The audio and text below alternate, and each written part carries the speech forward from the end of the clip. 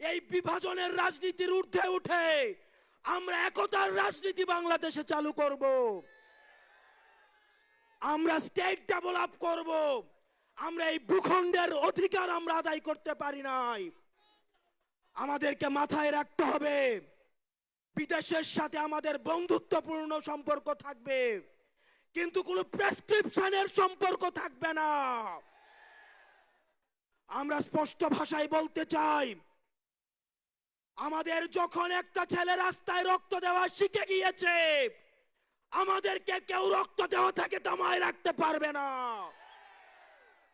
সুতরাং আমরা স্পষ্ট ভাষায় বলতে চাই, আমাদের প্রবীণ রাজনীতিবিদ যারা রয়েছে তাদের অভিজ্ঞতা এবং তরুণদের তেজদীপ্ত এবং অকুত ভয় যে নেচার রয়েছে, সেটার মিথস্ক্রিয়ায় আমরা পরবর্তী বাংলাদেশ বিনির্মাণ করব।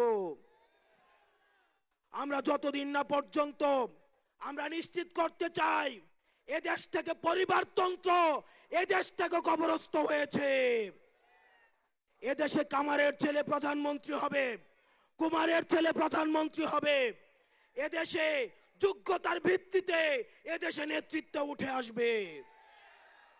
আমরা স্পষ্ট করতে চাই, আমরা একটা সুন্দর বাংলাদেশ গড়তে চাই, যে বাংলাদেশে আমাদের মধ্যে কোনো ধরনের ভেদাভেদ থাকবে না। আমাদের রাজনৈতিক পরমত সহিষ্ণুতা থাকবে, মত প্রকাশের স্বাধীনতা থাকবে, আমাদের দ্বিমত প্রকাশের স্বাধীনতা থাকবে।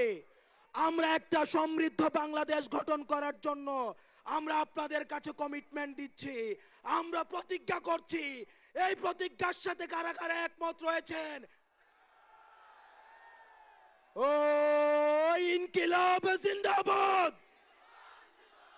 ইনকিলাব জিন্দাবাদ, ইনকিলাব জিন্দাবাদ, ইনকিলাব জিন্দাবাদ। আপনাদের সাথে দেখা হবে আমাদের তরুণদের স্বপ্নের বাংলাদেশে। আসসালামু আলাইকুম ওয়া রাহমাতুল্লাহ।